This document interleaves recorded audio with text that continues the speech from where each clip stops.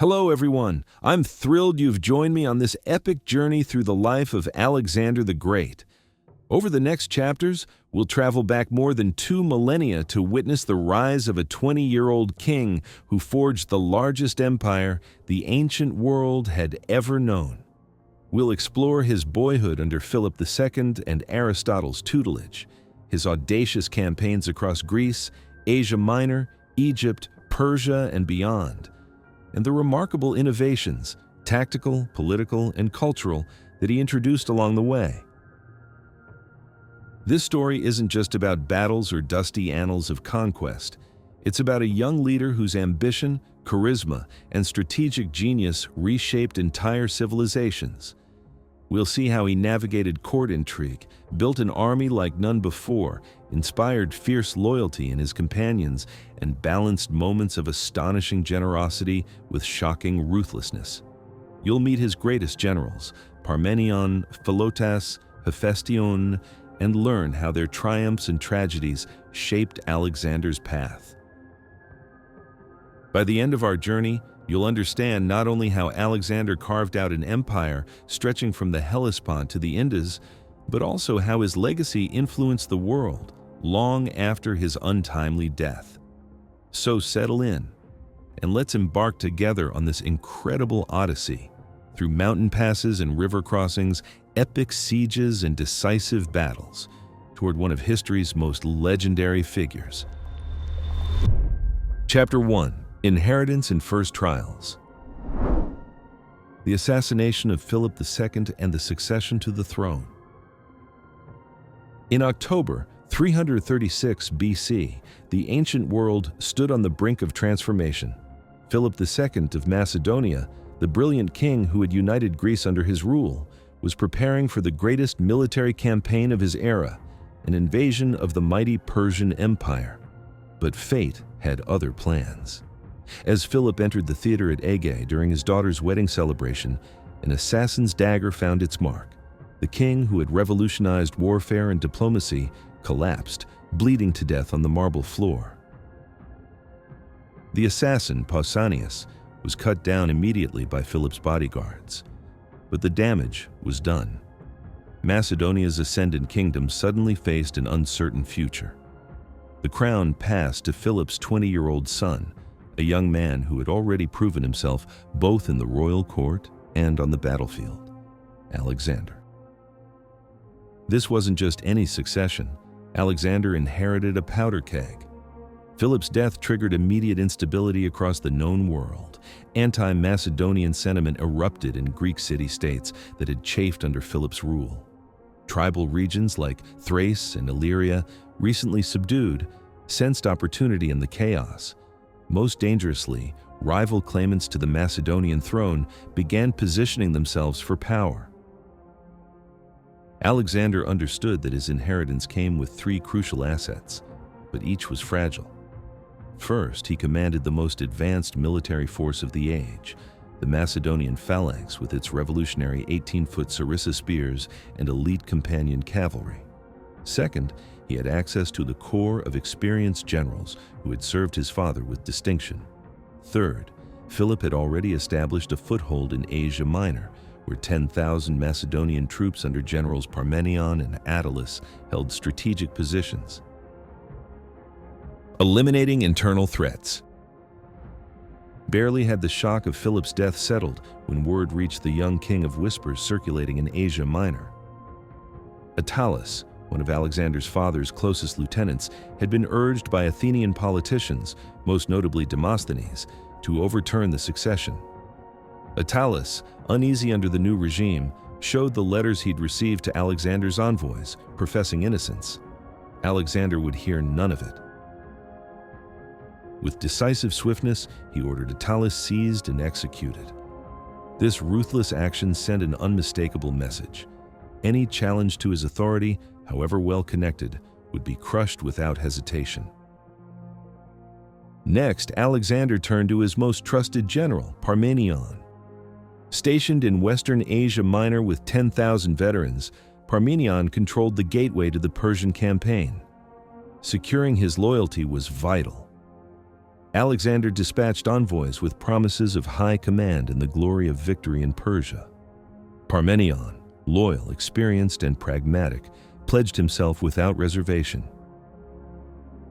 By neutralizing Attalus and winning Parmenion's fealty, Alexander held firm control of Macedonia's seasoned troops in its bridgehead across the Aegean. Yet new threats loomed closer still, restless Greek city-states eager to reclaim their autonomy. Suppression of Greek revolts. Rumors of Philip's assassination emboldened opposition in Thebes and Athens. In Thessaly, some councils debated throwing off Macedonian hegemony, but Alexander would not tolerate insubordination. Gathering Thrace and hand-picked companion cavalry, he swept south along the coastal Hellenic cities. At the Vale of Tempe, Thessalian horsemen barred the pass, demanding time to consider his fate. Rather than wait, Alexander ordered his troops to climb the sheer seaward cliffs of Mount Ossa. At dawn, they emerged behind the Thessalians, who surrendered instantly. Undeterred, Alexander pressed on to Thermopylae. There, amid the sacred pass, he assumed the presidency of the Amphictyonic League, symbolic leader of all Greece. Before Athens or Sparta could muster resistance, Thebes found itself encircled by the Macedonian phalanx. Shocked into submission, it sued for peace. Finally, in Corinth, Alexander convened a congress of Greek city-states. Elected hegemon, he secured a formal mandate for the coming Pan-Hellenic War against Persia. In a matter of 2 months, he had turned potential rebellion into unified support, an essential consolidation before crushing the northern tribes. With Greece temporarily pacified, Alexander faced another pressing threat. The tribal regions of Thrace and Illyria, subdued by Philip through years of bloody campaigning, sensed weakness in the succession. If left unchecked, these warlike peoples could strike Macedonia's northern borders while Alexander campaigned in Asia. The winter of 335 BC was spent drilling the army in mountain warfare. When spring arrived, Alexander marched north from Amphipolis with 12,000 heavy infantry, 8,000 light troops, and 3,000 cavalry. His destination? The wild lands beyond Macedonia's frontier. The Battle of Mount Haemus. The first serious resistance came at Mount Haemus, probably the modern Shipka Pass. A substantial Thracian force had occupied the high ground, positioning wagons along the front of their defensive line. Alexander immediately recognized their strategy. They planned to send these wagons crashing down into his tightly packed phalanx formations. Warning his troops of the coming tactic, Alexander carefully instructed the phalangites on how to respond. When the attack began, his disciplined soldiers executed the plan flawlessly. Where terrain allowed, they opened gaps in their formation, letting the wagons roll harmlessly through. Where the ground was too narrow, they lay flat with their shields locked overhead, creating an impenetrable turtle formation. Not a single Macedonian was lost to this ingenious Thracian ploy. As his men rose to their feet with a triumphant cheer, Alexander ordered his archers forward. Under covering fire, the heavy infantry advanced steadily up the mountainside. When they reached the summit, their superior equipment and training made short work of the Thracian defenders. 1,500 tribesmen fell, though many more escaped into the wilderness. The Battle of Ligonus River. Descending onto the Danubian plain, Alexander encountered the Tribalians, whose king Syrmis had been tracking the Macedonian advance with mounted scouts. Realizing the danger, Syrmis withdrew his people, warriors, women, and children, to a fortified island in the middle of the Danube River. But as Alexander moved toward this refuge, a second Tribalian force slipped behind him, cutting off his line of retreat. Turning swiftly, Alexander found these warriors making camp near the Ligonus River. Rather than attack immediately, he sent forward only his missile troops, archers and slingers, while keeping his phalanx and cavalry hidden in nearby woods. The harassment worked perfectly. Frustrated by the constant rain of arrows and stones, the Tribalians formed up and charged the skirmishers. As they emerged from their defensive position, Alexander sprung his trap. The phalanx crashed into their center while companion cavalry struck both flanks simultaneously. The battle was over in minutes. According to our sources, the Battle of Pous. At the island of Pous, Alexander joined forces with a small fleet sent from Byzantium, manned by heavy infantry and archers. He launched an assault on the island, but fierce resistance, limited attack routes, and strong river currents forced a withdrawal. While retreating, Alexander faced a challenge. On the far bank, a formidable force of 10,000 nomadic Getae infantry and 4,000 cavalry awaited him. Instead of seeing this as an obstacle, Alexander saw an opportunity. Defeating the Getae might terrify Sirmis and his Tribalians into surrender. But to strike first, he needed to cross the Danube with his limited fleet. He ordered every native canoe and craft gathered and even constructed makeshift floats from tents stuffed with hay. Under cover of darkness, Alexander ferried 4,000 infantry and 2,500 cavalry across the Danube. His troops then concealed themselves in tall grain fields near the shore. At dawn, Alexander personally led a cavalry charge, supported by the tightly disciplined phalanx, advancing in perfect formation. The attack shattered the Getae, who fled to a nearby town and then into the open steppe, pursued relentlessly by the Macedonians. Sirmis, witnessing this overwhelming display of military power, surrendered soon after. Campaign against the Illyrians and siege of Pelium. Alexander then turned west to confront a coalition of rebellious Illyrian chieftains, Clitus, Glaucius, and a prince of the Autariantes. First, he swiftly dealt with the Autariantes, sending his trusted ally King Langarus of the Agrianians with skirmishers to handle the threat. Next, Alexander advanced on Pelium, a mountain fortress dominating the Apsus Valley, surrounded by dense wooded hills and narrow passes. His first tactical mistake was to commit to a siege here, leaving his army exposed. Glaucius arrived quickly with a relief force, taking high ground and surrounding Alexander's army. Crucially low on supplies, Alexander risked everything to rescue his trapped forces. With brilliant timing and coordination, he saved the baggage train's escort under Philotas and forced Glaucius back. Yet the Macedonians were still in a bind. Determined not just to escape, but to decisively defeat the Illyrians, Alexander executed an unprecedented drill. His phalanx formed an immense mass 120 ranks deep, performing silent spear maneuvers that confused and intimidated the enemy. Simultaneously, companion cavalry charged the hills, pushing enemy forces back. Seizing his chance, Alexander crossed the Apsus River under covering fire from archers and siege equipment, driving off Illyrian attacks. After regrouping, he launched a night assault on the Illyrian strung-out camp, slaughtering or scattering the enemy. The defeated Illyrians fled Pelium, setting fire to the fortress before retreating. With the northern borders secured and rebellious tribes crushed, Alexander's grip on Macedonia was unshakable, clearing the way for his great eastern campaign. Thebes revolt and its crushing. While Alexander was engaged in the north, unrest was boiling over in Greece itself. Rumors that the Macedonian king had been killed in Illyria ignited rebellion, especially in Thebes, a proud city with a long-standing desire for independence.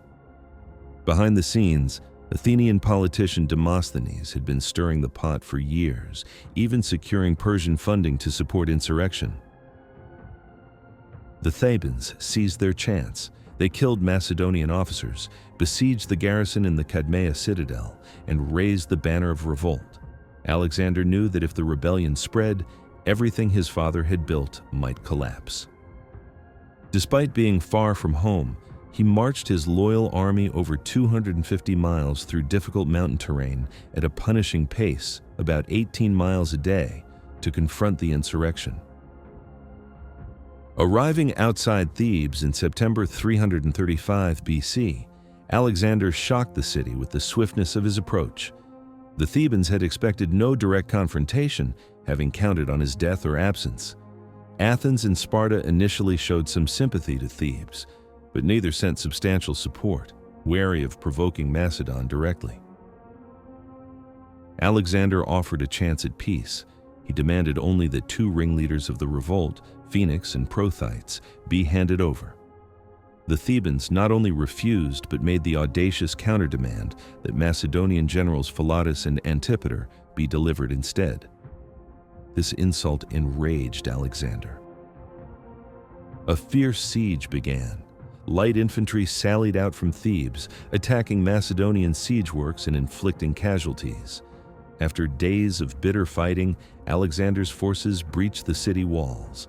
The Macedonian garrison in the Cadmea struck from within, causing chaos and collapsing Theban resistance.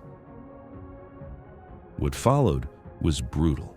Thousands were slaughtered in the street fighting, and the city was razed almost entirely, sparing only a few temples and the citadel. The surviving population was enslaved, scattering Thebans across the empire as a grim warning. This devastation silenced Greek resistance and served as a stark reminder of Alexander's resolve.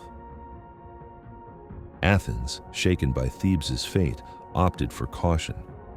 Though some strategoi had opposed Alexander, the city sent an envoy who managed to win a hesitant pardon from the king. Still, the brutal sack of Thebes severed any hope of goodwill between Alexander and the Greeks, who now regarded him with bitter hatred masked by outward obedience.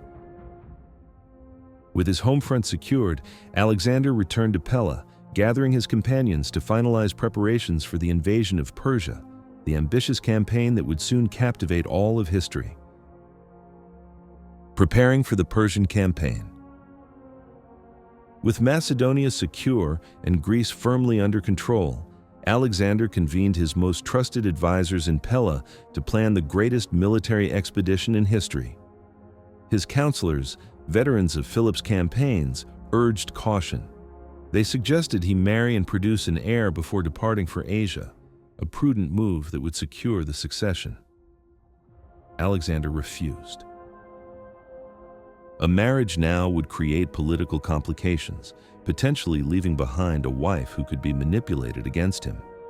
Similarly, an infant heir raised in his absence might become a tool for rivals. Alexander's ambitions lay eastward, and he needed maximum flexibility for the negotiations and alliances he foresaw in conquered Persian territories. The royal treasury presented another challenge. Philip, though a brilliant general and politician, had shown little concern for Macedonia's finances, leaving substantial debts. A year of constant military campaigns had only worsened the situation. Alexander turned to his companions and nobles for loans, distributing sections of royal lands as collateral until their finances were secured. When his general Perdiccas asked what Alexander had kept for himself, the king replied simply, "My hopes." This wasn't mere bravado. Alexander was confident that Persian treasures would soon repay these debts many times over. Finally, in spring 334 BC, Alexander led his invasion force through Macedonia and Thrace, following the same route Xerxes had used in his invasion of Greece 146 years earlier. He left Antipater as regent with 18,000 infantry and 1,500 cavalry to maintain order in Macedonia and check any further Greek revolts. Chapter 2: Crossing into Asia and First Victory. The Macedonian War Machine.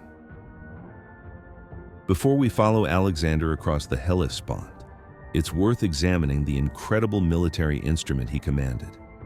This was arguably the most tactically and technologically advanced army of the ancient world, incorporating innovations from the greatest military minds of the Greek world, Epaminondas, Iphicrates, and Philip II, while borrowing effective techniques from Thessalians, Thracians, and other peoples. Alexander's expedition force numbered approximately 37,000 men total, 32,000 infantry and 5,000 cavalry. The backbone was 9,000 phalangites, also called foot companions, armed with the revolutionary 18-foot sarissa spear. These were organized into 6 battalions of 500 men each, commanded by Alexander's most experienced officers. Supporting them were 3,000 elite hypaspists under Nicanor, son of Parmenion. These prestigious troops served as a flexible force, capable of fighting either in phalanx formation or as mobile heavy infantry depending on the situation.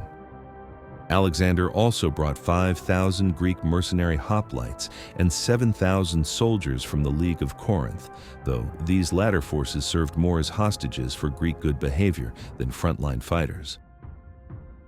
Light infantry included 7,000 Thracians armed as peltasts and 1,000 Agrianians and archers. The Agrianians, called the Gurkhas of the ancient world, would prove among Alexander's most valued units for missions requiring stealth, courage, and discipline. The cavalry arm was equally formidable. The crown jewel was the companion cavalry, 1,800 shock troops organized into 8 squadrons. Always positioned on the right flank, they were commanded by Philotas, another son of Parmenion, though Alexander personally led the royal squadron containing his bodyguard and closest friends, like Hephaestion and Ptolemy. Supporting the companions were equally skilled Thessalian cavalry, typically stationed on the left flank under Parmenion's direct command. Additional light cavalry and allied Greek horsemen brought the total mounted force to just over 5,000. Accompanying this military machine were siege engineers, sappers, surveyors, and administrators under the scholarly bureaucrat Eumenes of Cardia. Aristotle's nephew Callisthenes served as official historian, while other scholars would document the wonders of the exotic East. Crossing the Hellespont,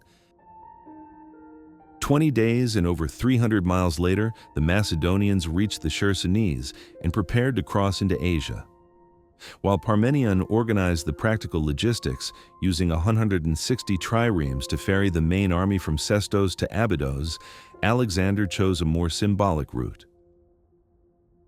Taking a small force south to Elaeus, Alexander performed rituals honoring his ancestor Achilles. According to legend, as his ship approached the Asian shore, Alexander hurled a spear into the sand, claiming the continent as Spear One Land. He then made a pilgrimage to Troy, taking a sacred shield from the temple and conducting ceremonies for Achilles and Patroclus alongside his closest companion, Hephaestion. Reuniting with the main force near Arisbe, Alexander marshaled his army and began marching eastward toward Decilium, capital of Hellespontine Phrygia. He deliberately left behind his 12,000 league troops and mercenaries, perhaps questioning their loyalty if forced to fight fellow Greeks in Persian service. Making good time with his core Macedonian forces, Alexander issued strict orders. No looting or burning would be permitted in what he claimed was Greek land under Persian occupation. More cleverly, he specifically protected the properties of Memnon of Rhodes, a dangerous Greek mercenary general serving Persia, hoping to make the Persians distrust their most capable commander. Persian preparations in the council at Zelaya. The Persian Empire was so vast that great King Darius III didn't consider this border incursion worthy of personal attention. Much of his army was likely occupied putting down revolts in Egypt, recently reconquered after decades of independence. Instead, several Western satraps gathered at Zelaya in May 334 to address the Macedonian threat. The council included Arsams, Spithridates, Arsites, and others, along with the experienced Greek mercenary commander Memnon of Rhodes.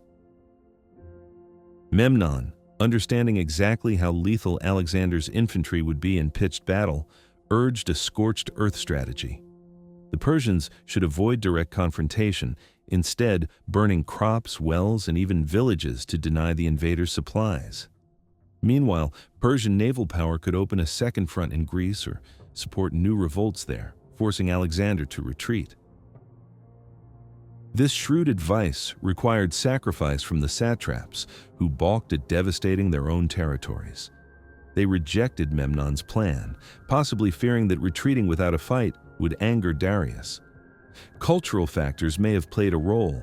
Persian honor codes emphasized courage in battle, and some satraps may have resented taking orders from a Greek, regardless of his royal appointment.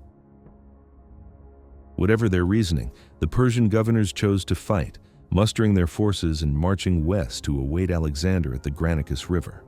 They were about to face the greatest military mind of the ancient world in his first major test.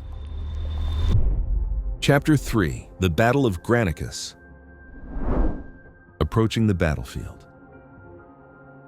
Alexander advanced along the coast via Percote and Lampsacus before turning inland. His army moved in standard formation, 2 lines of phalangites in the center with cavalry and light troops screening the flanks. The baggage train followed safely behind. In late afternoon, scouts reported a Persian army sighted across the Granicus River. Alexander immediately redeployed into battle formation, a testament to his army's discipline and training. When the Macedonians reached the river, however, Alexander's generals expressed serious concerns about immediate attack. Arrayed on the steep far bank were over 10,000 Persian cavalry, nearly twice Alexander's total mounted strength. The elite force included Cilician and Greek mercenary cavalry under Arsams and Memnon on the Persian left, Paphlagonian horse under Arsites, Hyrcanians under Spithridates in the center, and Bactrian and Median cavalry on the right under Rio Mithres. Behind this cavalry screen waited 5,000 to 6,000 Greek mercenary hoplites under the Persian commander Omasres. Surprisingly, these professional infantry were held in reserve rather than positioned in the front line. Perhaps the satraps shared Alexander's suspicions about mercenary loyalty. The Macedonian battle line. Alexander deployed his forces with typical precision. The 6 phalanx brigades held the center under Meleger, Philip, Amyntas, Craterus, Conus, and Perdiccas. To their right stood Nicanor's 3,000 hypaspists, then Alexander himself leading the companion cavalry, mounted skirmishers, Agrianians, and archers. On the left, Parmenion commanded 2,700 Thessalian, Thracian, and allied cavalry. This deployment reflected Alexander's standard tactical approach. Parmenion would hold the left while Alexander struck the decisive blow with his elite right wing. Parmenion rode to Alexander's position and counseled delay until morning. A hasty attack now, he argued, might prove disastrous for the entire expedition. If they waited, the Persians might withdraw during the night, allowing an unopposed crossing. Alexander rejected this cautious advice, driven by his desire for heroic achievement and unwillingness to show any hesitation that might encourage Persian confidence. The battle unfolds. Alexander opened the battle by sending a mixed vanguard of light cavalry, Paeonians, and Agrianians into the river. This force appeared to be securing the far bank, but actually served as bait, drawing Persian cavalry down from their advantageous position into the treacherous riverbed. As more Persian units descended to engage the advance force, Alexander launched his main assault. Leading nearly Teuce and companion cavalry in wedge formation, he charged obliquely to the right of his struggling vanguard, then wheeled left to strike the exposed Persian flank. The fighting was ferocious, a cavalry battle with infantry tactics, as our sources describe it, with horses and riders locked in brutal close combat. The Macedonians' superior discipline and equipment, particularly their long cornelwood lances versus lighter Persian spears, gradually gained the upper hand. Alexander himself became the focus of Persian efforts to end the invasion by killing its leader. After his spear broke, he received a replacement from a bodyguard and found himself isolated on the far bank with just a few companions. Mithridates, Darius's son-in-law, charged Alexander but was killed when the king drove his new spear through the Persian's face. Moments later, another Persian noble, Rusaces, struck Alexander's helmet with his sword before being felled by the king's lance. As Alexander fought Rusesses, the Persians' brother Spithradats approached from behind, sword raised to deliver a killing blow. At the last second, Clitus the Black swept in and severed Spithradats' arm, saving Alexander's life in the first of many near-death experiences. Victory and massacre. The companion breakthrough shattered the Persian left wing. Agrianian skirmishers penetrated the enemy formation, while the phalanx advanced steadily across the river. When it became clear that Alexander had punched through their line, the Persian cavalry broke in panic, fleeing toward Miletus. Rather than pursue the retreating cavalry, Alexander turned his attention to the isolated Greek mercenaries. These professional soldiers, seeing their situation was hopeless, petitioned for mercy from their fellow Greek. Alexander's response was merciless. He ordered a general assault on the surrounded hoplites. The resulting slaughter was devastating. 3,000 Greek mercenaries died in desperate fighting, with 2,000 more captured and sent to labor in Macedonian mines. This harsh treatment was partly strategic. Alexander wanted to discourage other Greeks from serving Persian gold. But it was also brutally personal, costing him more casualties than any other phase of the battle. Persian losses totaled 1,000 to 2,500 cavalry and nearly a dozen senior officers and governors. Macedonian casualties were remarkably light. Sources claim only 120 cavalry and 30 phalangites lost, though these figures are probably propaganda. Consequences of victory. The strategic impact was enormous. With one decisive battle, Alexander had opened all of Asia Minor to conquest. After honoring both his own fallen and enemy dead, he appointed a new satrap for Hellespontine Phrygia and moved south, taking Zelaya without resistance while Parmenion secured the abandoned Decilium. At Sardis, 8 miles from the city, garrison commanders met Alexander to surrender the fortress, treasury, and city entirely. In just 2 years since Philip's assassination, Alexander had crushed an Achaemenid army and occupied one of the ancient Near East's great capitals. But this was only the beginning. Far to the east, Darius III was raising a massive royal army to confront the Macedonian king personally. As Alexander dedicated a shrine to Zeus on Sardis's Acropolis, gazing out over the vast continent ahead, he must have known the real challenge was just starting. Reports of Granicus spread rapidly throughout Asia Minor. At Ephesus, the mercenary garrison and Alexander's exiled rival Amyntas seized ships and fled to Darius's court. Alexander captured Ephesus without resistance, then sent Parmenion, Crasson, and Alcimachus with several thousand troops to secure settlements throughout Ionia, Lydia, and Aeolia. Their instructions were clear. Greek cities would receive democratic governments, oligarchies would be dissolved, local customs would remain unchanged, and most importantly, Persian taxes would be canceled, a gesture that never hurts a new ruler's popularity. But soon, Alexander received troubling news.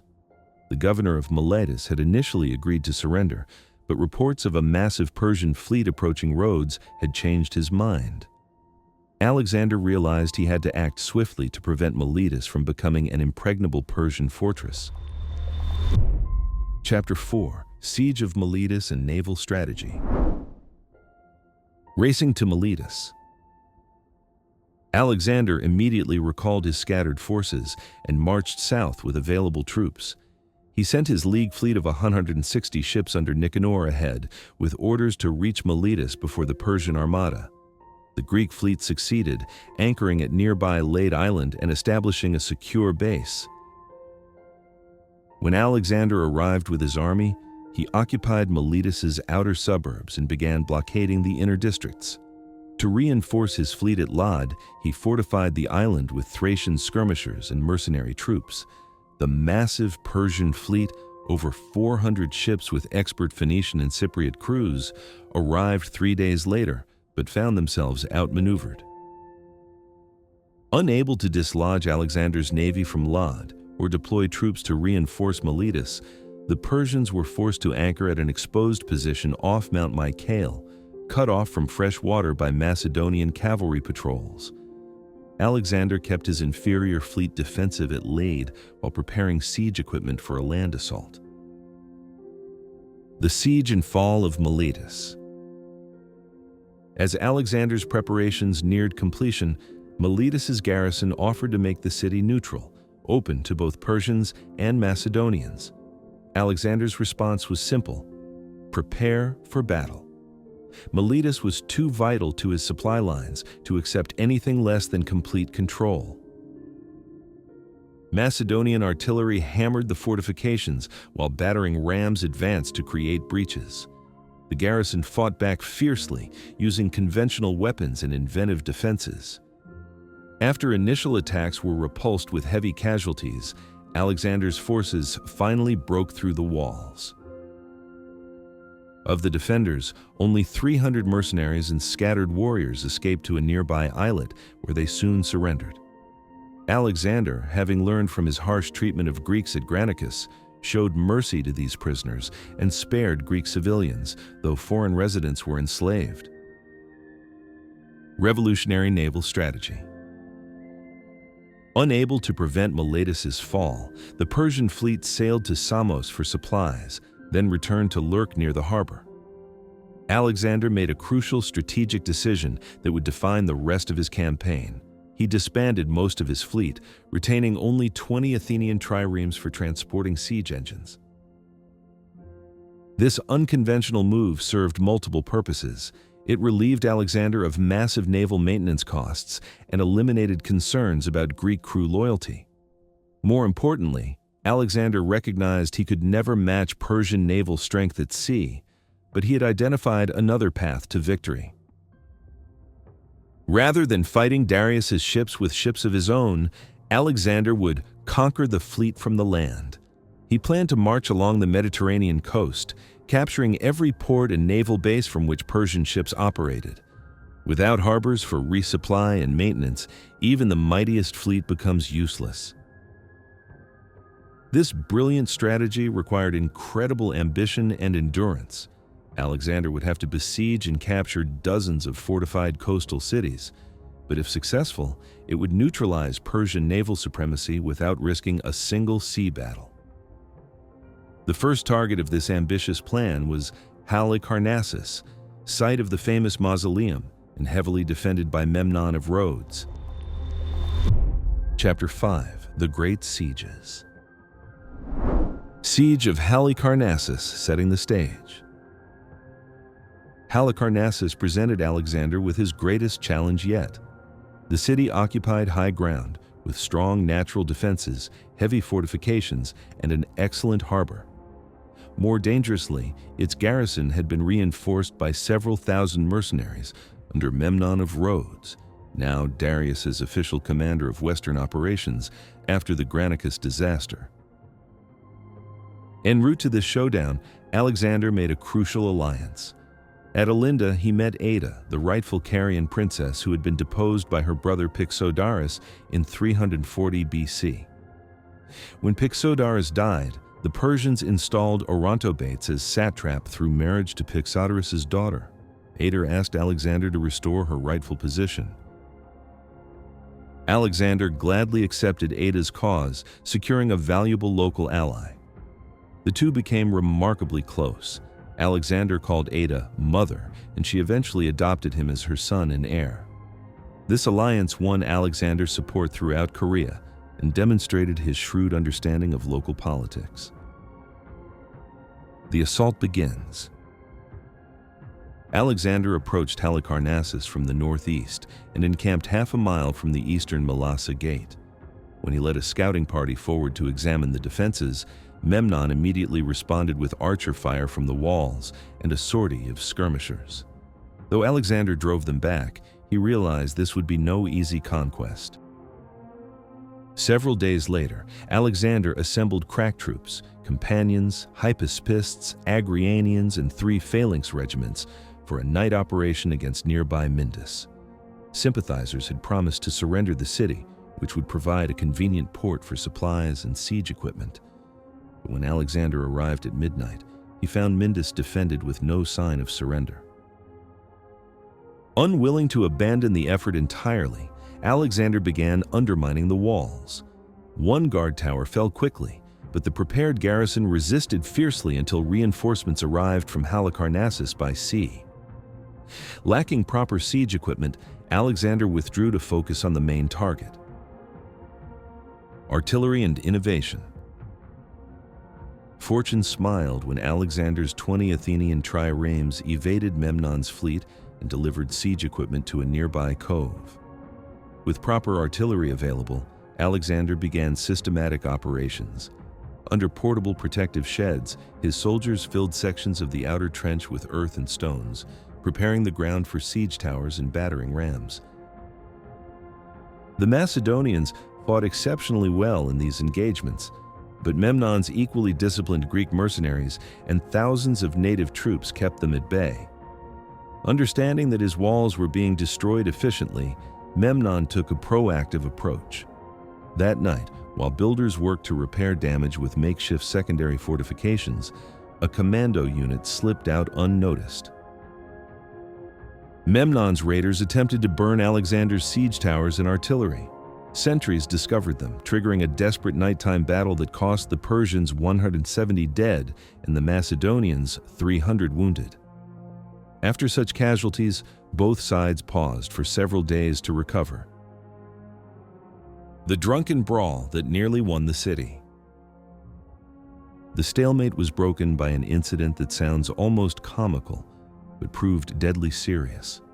Two Macedonian soldiers from Perdiccas's regiment, drinking together, began boasting about their courage. Emboldened by wine, they took up weapons and approached the walls, apparently determined to prove their worth. Guards sallied out to deal with these peculiar attackers, but were killed and driven back. More men from Perdiccas's regiment marched to help their comrades, drawing additional defenders. This haphazard engagement grew until Macedonians were fighting at the half-destroyed Mylasa wall section. Suddenly, it seemed Alexander's forces might actually enter the city through this accidental breach. Unfortunately, most of the Macedonian army, unaware of what was happening, failed to support the attack in time. Perdiccas's men were eventually repelled, though Alexander's intervention prevented their destruction. Memnon built a crescent brick wall to protect the vulnerable area, but this hasty measure was clearly a weakness. The whimsical nature of this drunken brawl disguised its significance. Many died on both sides, forcing Alexander to send a herald requesting a truce to recover bodies. The final assault and Persian withdrawal. Memnon's advisors, Ephialtes and Thrasybulus, counseled denying the truce request. Memnon, showing his honorable character, allowed it anyway. Realizing they needed offensive action to win, the trio planned a daring strategy. Ephialtes led 2,000 hand-picked mercenaries in a sortie, with half forming a phalanx to hold off Macedonian infantry, while the other half used torches to set siege engines ablaze. This surprise attack, supported by missile fire from the walls, pushed back Alexander's forces. When Memnon sallied from the northern gate with Persian reserves, striking Macedonian flanks and rear, the situation became critical. Sources report that even Alexander found himself quite helpless. At this crucial moment, Alexander's veteran reserve battalion, grizzled soldiers from Philip's era, locked shields, lowered spears, and entered the fray. These men smashed into Ephialtes' exhausted ranks like an unbreakable wall, killing the Greek captain and hundreds of his troops. This intervention rallied the entire army, turning near defeat into victory. The psychological effect was devastating for the defenders. They had been on the verge of winning, perhaps ending the entire war, only to see fresh enemies appear. In their panic, they closed gates too hastily, trapping part of their sortie outside to be slaughtered. Over 1,000 of Memnon's troops died in this failed gamble. Unknown to Alexander, his victory was complete. That night, Memnon and Orontobates decided to abandon most of the city. They installed their best remaining troops in seaboard citadels at Salmachus and Archaness, loaded the rest onto ships, and systematically destroyed immovable supplies, armories, and buildings near the walls. Seasonal winds spread the fires throughout the ancient city. Alexander entered the burning city at midnight, ordering his troops to rescue imperiled civilians and demolish buildings to create fire breaks. He built walls around Salmachus to prevent sorties, but couldn't assault the island stronghold of Archaness. Leaving Thracian mercenaries and 200 cavalry to mop up Persian resistance, Alexander appointed Ada as satrap and prepared to move deeper into Asia Minor. The armies of Darius III were finally approaching readiness for the first great confrontation between the two kings at Issus. Chapter 6: March to Destiny. Dividing the army. With Halicarnassus secured, Alexander split his forces for maximum efficiency.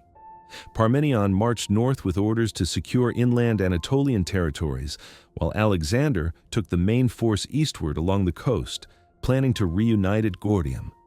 This division allowed simultaneous operations across a vast front. Moving into Lycia as 334 became 333, Alexander subdued over 30 towns, including Telmessos, Xanthus, and Phaselis. After a brief encounter with Pisidian hill fort raiders, who reportedly burned their own families rather than see them captured, Alexander entered Phrygia and reached the strategic town of Selene. The citadel there was nearly impregnable, forcing Alexander to accept the defenders' terms. If no relief arrived within a specified period, they would surrender. After waiting 10 days personally, Alexander moved on, appointing the experienced general Antigonus the One-Eyed as regional commander, the same Antigonus who would later become one of Alexander's most powerful successors. The Gordian Knot. At Gordium, ancient seat of the legendary King Miletus, Alexander reunited with Parmenion's forces and encountered one of history's most famous puzzles. The Gordian Knot was a fantastically complicated knot tied by Miletus himself, with no visible ends to the rope. Legend proclaimed that whoever untied it would rule all Asia. Never one to pass up a propaganda opportunity, Alexander rose to the challenge. According to different accounts, he either removed the linchpin around which the knot was tied or simply sliced through it with his sword. Both versions demonstrate Alexander's pragmatic approach. When faced with an impossible challenge, change the rules. This episode illustrates Alexander's shrewd understanding of local customs and his willingness to exploit them for legitimacy.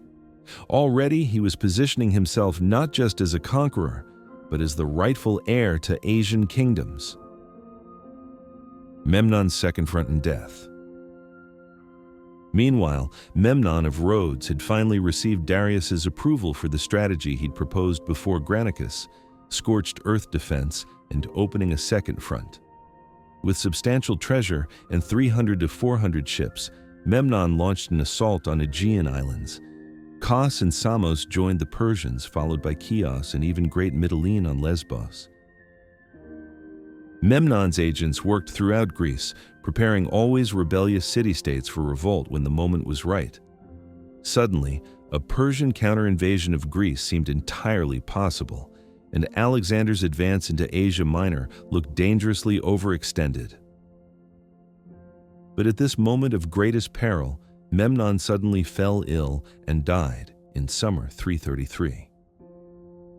Alexander, receiving this news at Ansara, was elated. The second front strategy had been Memnon's personal conception, and without its mastermind, the effort collapsed completely. Macedonia was safe.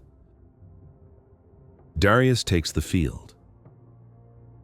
When news of Memnon's death reached Susa, Darius III convened senior advisors to determine the next course. The majority counseled that Darius confront Alexander personally. Troops would fight better with their great king leading them. Charidemus, an exiled Athenian mercenary commander, argued hotly that risking the empire on a single battle was folly. An experienced general like himself should handle the war instead. Initially agreeing, Darius was swayed by Persian advisors who shouted down the proposal, even accusing Charidemus of potential treachery. The furious Greeks' tirade about Persian fighting spirit so offended Darius that he had Charidemus executed, eliminating his most capable advisor in a fit of pique.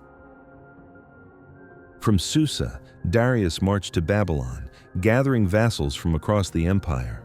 Meanwhile, Alexander received the submission of Cappadocia and Paphlagonia before moving southeast to the Cilician Gates, held by a small force under Arsames.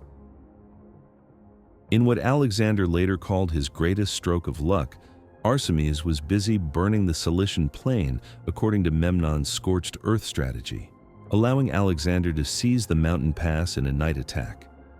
Realizing his position was lost, Arsames fled to join Darius, and Alexander entered Tarsus on September 3, 333. Alexander's illness and recovery. After jumping into the freezing Cydnus River, Alexander fell seriously ill with pneumonia. For several weeks, there was genuine concern that the king might die. His doctor and friend Philip of Acarnania prepared medicine, but just before Alexander was to drink it, a message arrived from Parmenion, warning that doctors had been bribed by Darius to poison him. In a dramatic gesture demonstrating trust in his friend, Alexander read the letter while drinking Philip's medicine. His recovery was swift, but the incident raises questions about Parmenion's motivations. Was this a genuine warning about a real plot, or did the cautious general hope Alexander would refuse treatment? We'll never know, but Alexander must have wondered about his second-in-command's loyalty. Meanwhile, Parmenion established operations at Issus and determined that a massive Persian army occupied Sochi beyond the Syrian gates. When Alexander recovered, he marched his army around the Gulf, leaving wounded soldiers at Issus before advancing to confront Darius. The strategic masterstroke. In a rare instance of being outmaneuvered, Alexander had done exactly what Darius wanted. The Persian king, accompanied by his family according to custom, had sent his baggage to Damascus and made a rapid move north through undefended Ammanic gates. Seizing Issus, he cut off Alexander's supply line and took position along the Pinarus River. Initially disbelieving that Persians were behind him, Alexander sent a ship up the coast to confirm. When it returned with verification that Darius was indeed at hand, Alexander grasped the severity of his situation. It was a brilliant strategic move that left him cut off from supplies, with hostile territory to the south and the Persian army to the north. With no choice but to attack from the front across a river, always difficult, Alexander fed his troops a hot meal and sent mounted scouts to examine the road ahead.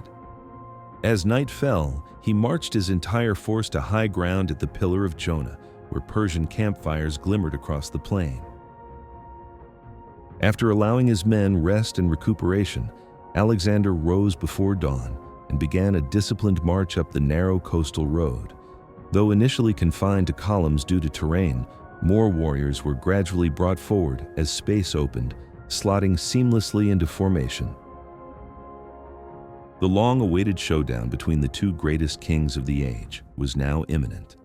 Everything Alexander had accomplished, the unification of Greece, the victories at Granicus and in the sieges, the careful positioning and preparation, had led to this moment. The fate of two empires would be decided in the narrow confines between sea and mountains at the Battle of Issus. Chapter 7: The Battle of Issus. The armies face each other.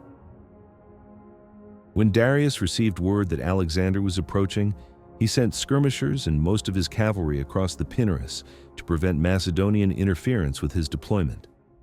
It was probably around this time that Alexander arrived opposite the stream with his infantry in standard formation, the sea on his left, foothills to his right, and the majority of his cavalry massing on the right flank. Estimating Persian strength at Issus remains incredibly difficult.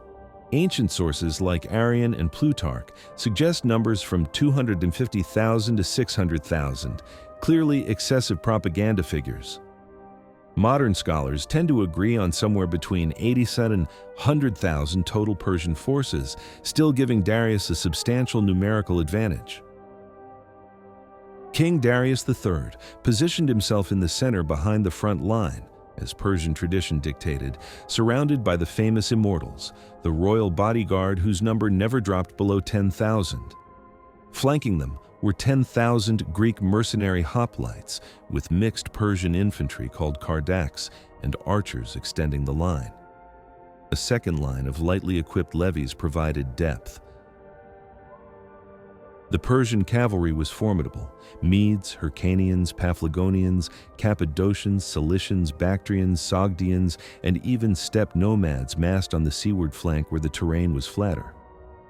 A small Persian unit occupied hills beyond Darius's left to threaten the Macedonian right flank and rear. Alexander's deployment and tactical adjustments. Alexander's main battle line consisted of 6 phalanx brigades led by Amyntas, Ptolemy, Meleager, Craterus, Perdiccas, and Coenus from left to right. To the left stood Cretan archers and Thracian javelin men, while the right featured elite hypaspists under Nicanor. On the far right, Alexander personally commanded his strike force, companion cavalry under Philotas, Paeonian light horse, Agrianians, and archers, supplemented by Thessalian divisions. His army remained about 40,000 strong, despite the previous year's campaigns. Seeing 2 major concerns, Alexander made crucial adjustments. The overwhelming Persian cavalry concentration opposing Parmenion on the left could sweep his army from the field, so he secretly transferred Thessalian cavalry across the battlefield to reinforce his second-in-command. For the Persian hill position threatening his flank, Alexander detached archers, slingers, Agrianians, and light cavalry to secure the heights. The Persians withdrew without resistance, allowing Alexander to keep 300 cavalry on high ground while recalling the light infantry. The battle begins. With concerns addressed, Alexander ordered a slow, measured advance across his entire line, periodically halting to encourage Darius to attack first. When the Persian king refused to take the bait, Alexander continued until the armies nearly reached missile range. Riding from one end of his line to the other, Alexander shouted encouragement to officers and common soldiers alike by name. He reminded Macedonians of their valor and Philip's legacy, told Greeks of injuries Persia had inflicted centuries past, and promised Thracians the rich booty awaiting them. As Alexander returned to his position leading the right wing, the Persian front raised a great battle cry, answered with equal vigor by the Macedonians. Then, almost simultaneously, Darius's massed cavalry on the seaward flank and Alexander's strike force launched their attacks, while the central phalanx advanced as well. The crisis in Alexander's charge. The battle became a race against time. Parmenion's Thessalian and allied cavalry, outnumbered and beleaguered, fought desperately but would eventually collapse. The question was whether Alexander could win before that collapse came. Leading his companion cavalry in wedge formation, Alexander charged directly across the Pinarus, delivering a critical blow almost immediately. The lance-wielding cavalry wedge smashed through Achaemenid archers, driving them back into infantry behind. Without slowing, Alexander barreled through the first infantry line as well, completely collapsing Darius's left wing. Unfortunately, the battle elsewhere was taking a dangerous turn. Some rightward phalanx regiments had drifted further right following Alexander's charge, opening gaps in the line. Combined with rough terrain near the stream, this diminished the Sarissa wall's integrity. Before phalangites could regroup and reorder on the far bank, Darius's highly trained Greek mercenaries attacked the disrupted formation. A brutal slogging match ensued, Macedonian soldiers fighting desperately against their Greek enemies on the steep bramble-covered riverbank. The inflexible phalanx's advance proved all too flexible indeed. Greek mercenaries attempted to drive through the gap and break the Macedonian formation apart, forcing several units to withdraw. The situation might have turned disastrous if not for Ptolemy, son of Seleucus, who fought with veterans and officers to keep the line steady and plug the gap. 120 Macedonians died in this fierce melee, including Ptolemy himself, but their sacrifice maintained the formation. The decisive moment. Fresh from routing Darius's left wing, Alexander assessed the battlefield and made his crucial decision. Pivoting inward, the companions swung around and charged the flank and rear of the Greek mercenaries fighting in the center. This assault relieved enormous pressure on the Macedonian phalanx, allowing it to regain formation and resume its inexorable advance. Now, either by accident or design, Alexander found himself tantalizingly close to Darius's position. Laying eyes on the Persian great king, Alexander launched an all-out attack with Homeric fury, intent on seizing Darius and ending the war in single combat. Darius's brother Oxathras led the royal cavalry bodyguard into Alexander's path, fighting doggedly before being slaughtered. In the desperate struggle, one source relates how Darius even managed to wound Alexander in the leg before being carried toward danger by his spooked chariot horses. A second vehicle was quickly brought up, allowing Darius to flee the battlefield. Seeing their near-divine monarch's departure and the collapse of their infantry, the Persian cavalry assailing Parmenion fell apart and routed along with the rest of the army.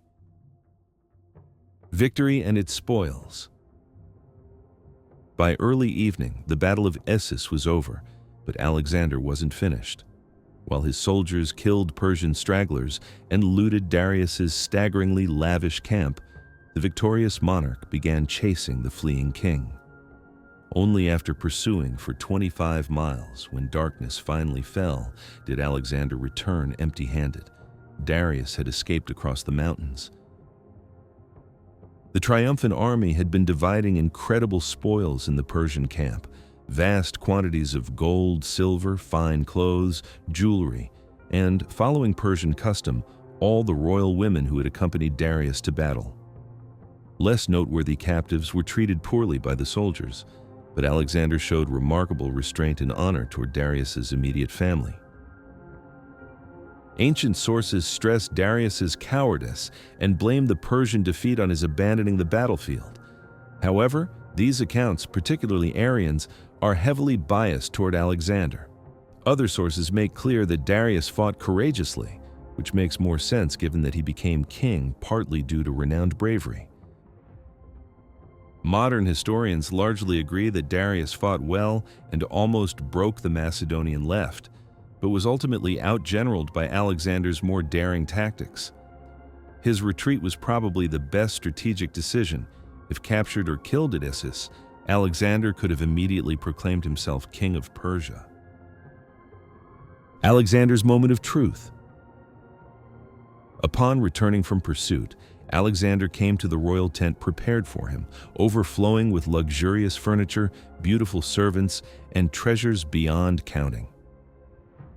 Walking through the magnificent property with his closest companions, Alexander saw the great golden bath, basins, pitchers, tubs, and caskets, all of gold and exquisitely wrought.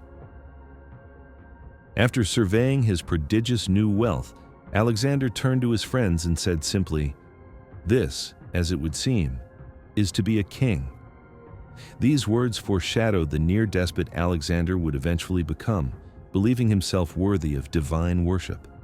But for now, he had won the Battle of Issus in emphatic fashion, opening the western half of the Achaemenid Empire to conquest. The question was no longer whether Alexander could defeat Persian armies.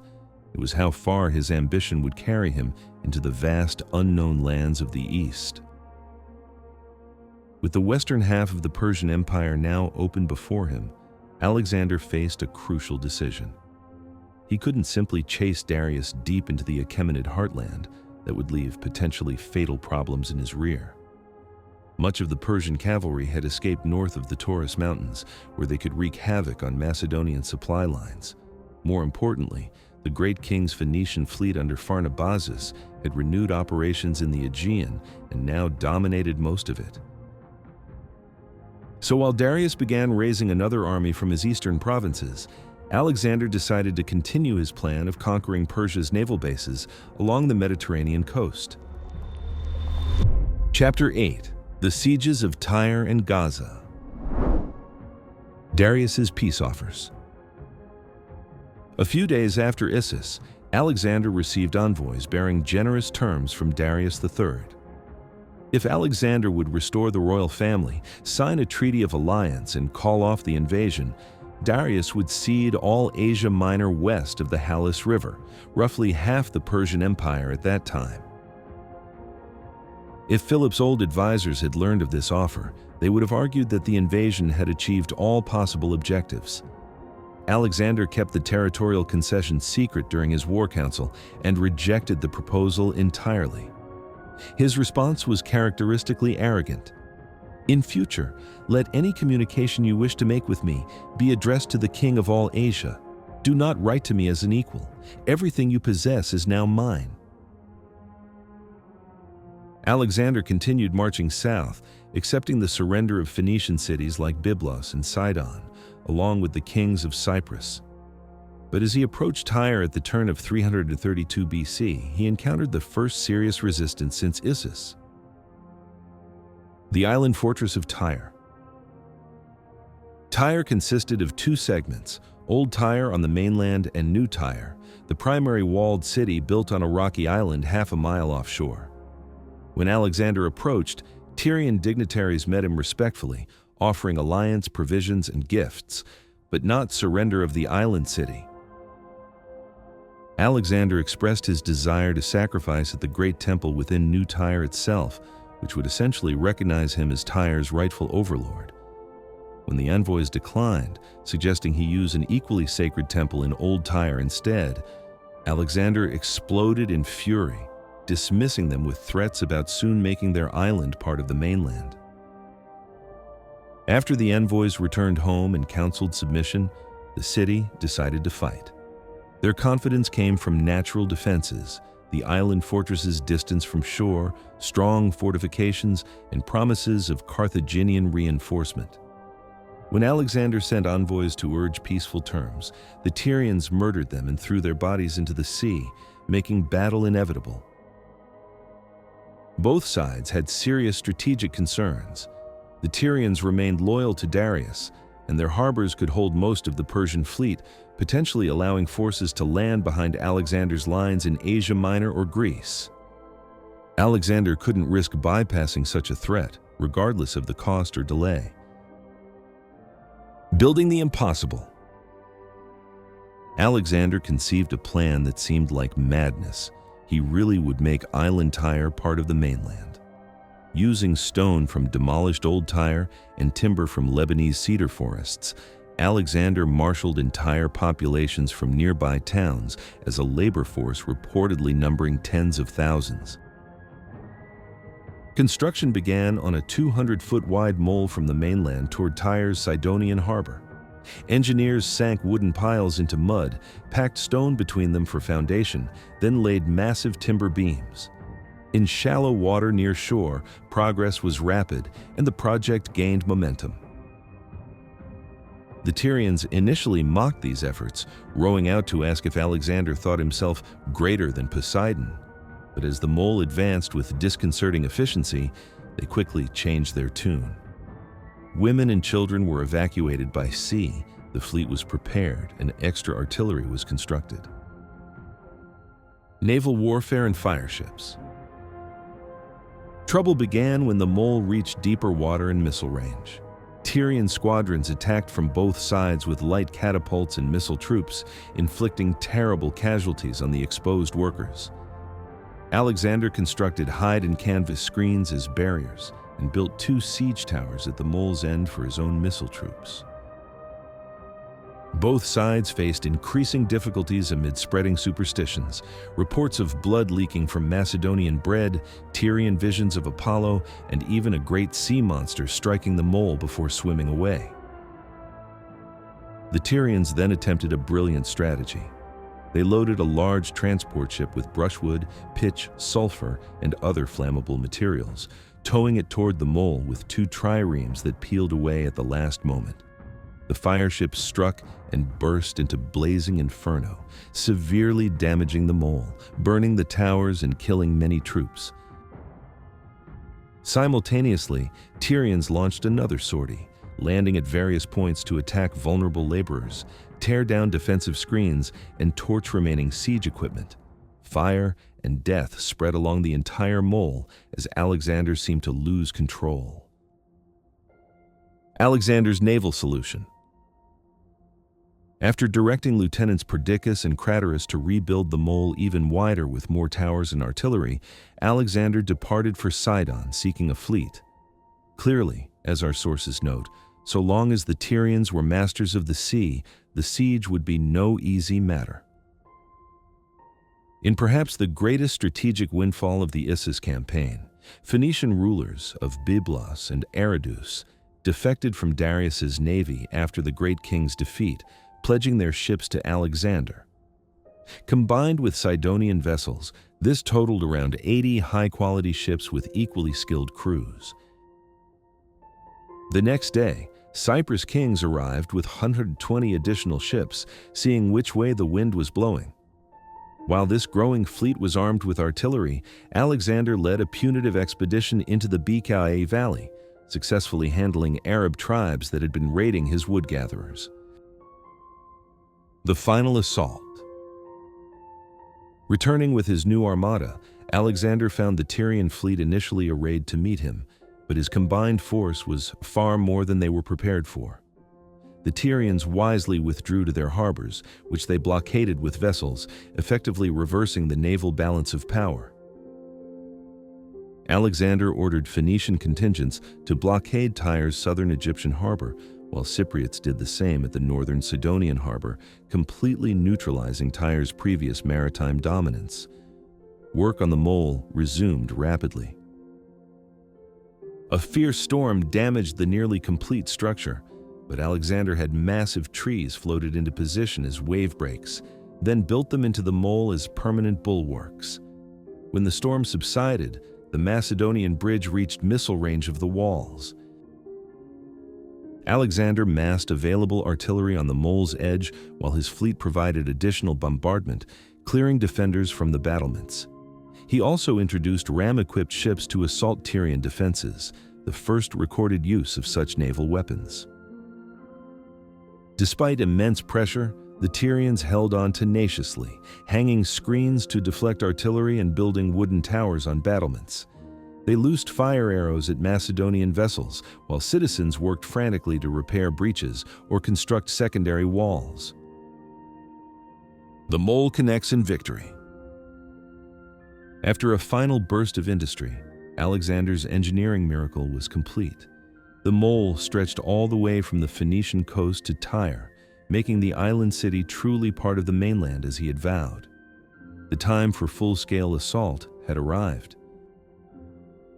At midsummer, Macedonians launched coordinated attacks from land via the mole and from sea with assault ships. Catapults and ballistae hammered the walls while infantry used boarding gangways and ladders for escalade attempts. The Tyrians fought back conventionally and with mad inventions, including heated pots of sand and gravel that burned behind armor plates. After long struggles yielding only casualties, Alexander briefly considered abandoning the siege for Egypt, but persistence was rewarded when Tyrian ships launched a surprise sortie from Sidonian harbor, initially succeeding but ultimately destroyed by Alexander's personal naval counterattack. Testing various wall sections, Alexander identified a weakness just south of the southern harbor. After a probing attack confirmed this soft spot, he waited for good weather and launched the final assault.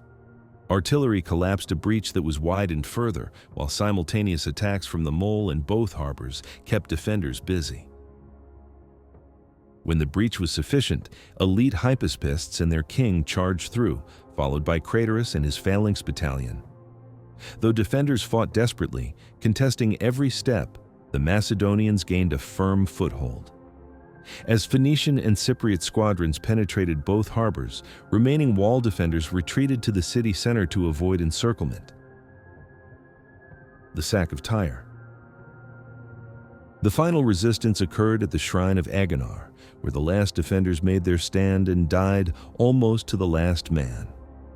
With organized resistance ended, Alexander ordered a savage rampage throughout the city. 7,000 soldiers and citizens were butchered in this sack, with another 2,000 crucified after the soldiers' fury subsided. The casualty figures would have been far worse had Sidonians not become unlikely heroes, hiding 15,000 people and ferrying them to safety despite entering as Alexander's allies. Alexander's casualties are unknown, though Arrian's suggestion of only 400 dead is certainly too low given the prolonged fighting. Tyre was utterly destroyed, its remaining 30,000 inhabitants sold into slavery. The siege demonstrated Alexander's ingenuity, adaptability, and mastery of siegecraft, but also served as another harsh reminder of his brutality toward those who resisted. The Siege of Gaza. When news of Tyre's destruction spread, almost every remaining Mediterranean city prepared to surrender. Darius sent even more favorable peace terms, which Alexander again denied. But Gaza, a formidable hilltop stronghold controlling approaches to Egypt, chose defiance. Gaza's Persian governor Miletus had prepared during the Tyre siege, hiring Arab mercenaries and stocking supplies. The 160-mile march south through summer heat was harsh despite the lack of conflict, with Hephaestion's fleet providing crucial water and food supplies. Alexander's initial attempts to move siege towers into range failed when shifting sands bogged them down. His solution was ingenious. Rather than crossing the sands, he constructed a mound to the same height as Gaza's walls, allowing siege engines to fire effectively. During sacrificial rituals asking divine aid, a crow dropped mud on Alexander's head before perching on a siege tower, viewed as a grim omen. His soothsayer Aristander interpreted this as foretelling the city's fall but harm to Alexander, recommending no action that day. Alexander's superstitious nature led him to acquiesce. Seeing Macedonian passivity as weakness, Bades launched a sortie against the siege towers. Though initially successful, Alexander's personal intervention with companions and high pacifists stabilized the situation and tipped momentum toward the Macedonians. However, Alexander was seriously wounded by an arrow or ballista bolt in his shoulder, fulfilling the prophecy. While Alexander recovered, work continued on the mound, eventually extending over 1,000 feet wide and 250 feet high, according to sources. Additional siege engines from Tyre were ferried by Hephaestion. By October, 2 months after initial investment, Alexander was ready for renewed assault. Increased firepower in mining operations eventually breached the walls, but Bades's men pushed back attackers 3 times despite heavy casualties. Alexander, not fully recovered, led the 4th attack personally and was wounded again when a ballista stone struck his leg. This assault proved decisive as Macedonians swarmed into the city. Persian losses reached 10,000, possibly including male civilians, with women and children enslaved. According to some sources, Bades was captured alive and met a particularly grim fate, tied behind Alexander's chariot and dragged around the city until dead, echoing Achilles' treatment of Hector. Entry into Egypt. With Gaza's fall, Alexander crossed into Egypt, reaching Pelusium in just 1 week. Rather than finding defenders, he was met by cheering crowds who regarded Macedonians as liberators. After successful revolts and reconquest, Egyptians had been under Persian rule for only 11 years and welcomed change. Persian governor Miletus, recognizing his unstable position, received Alexander with friendship, granting open access to Egypt and its treasuries. From Pelusium, Alexander sailed up the Nile to Memphis, the ancient capital. Unlike the first Persian conqueror Cambyses, who reportedly profaned the sacred Apis bull, Alexander showed himself as a friend by offering special sacrifices.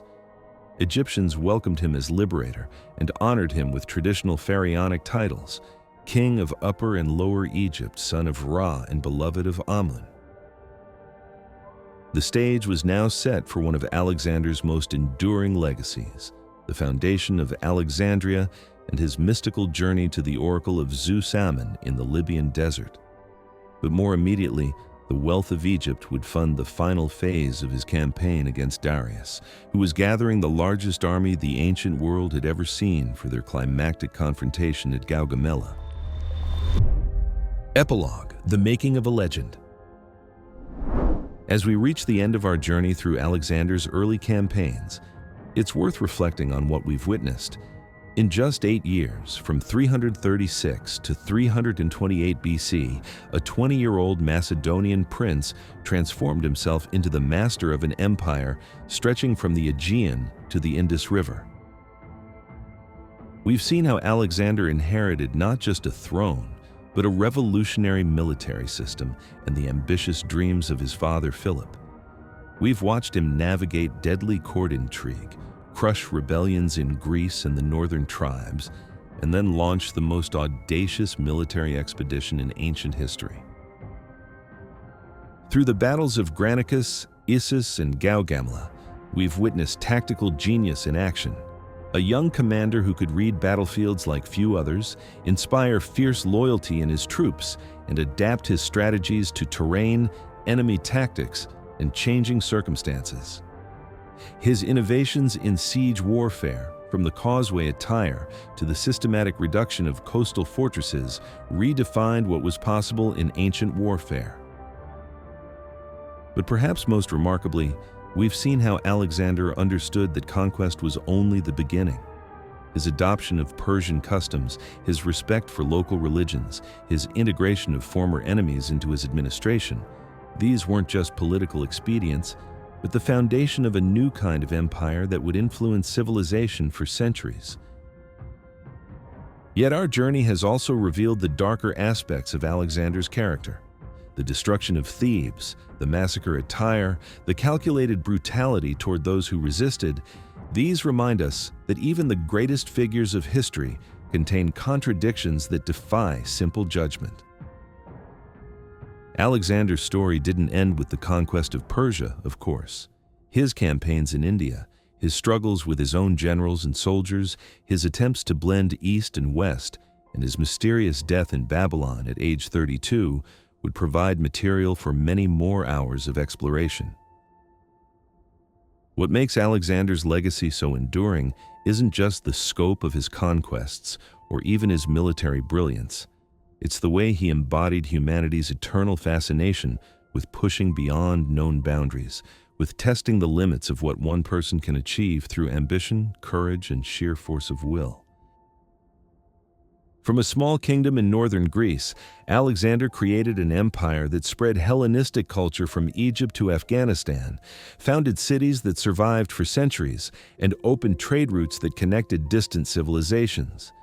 His generals would carve up his empire after his death, but the world he created, where Greek philosophy debated with Indian wisdom, where Egyptian mathematics merged with Mesopotamian astronomy, where art and literature drew from dozens of traditions, that world would shape human development for generations.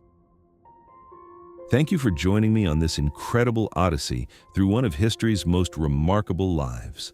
Alexander the Great remains, more than 2 millennia later, a figure who challenges us to consider what's possible when intelligence, ambition, and opportunity converge in a single extraordinary individual.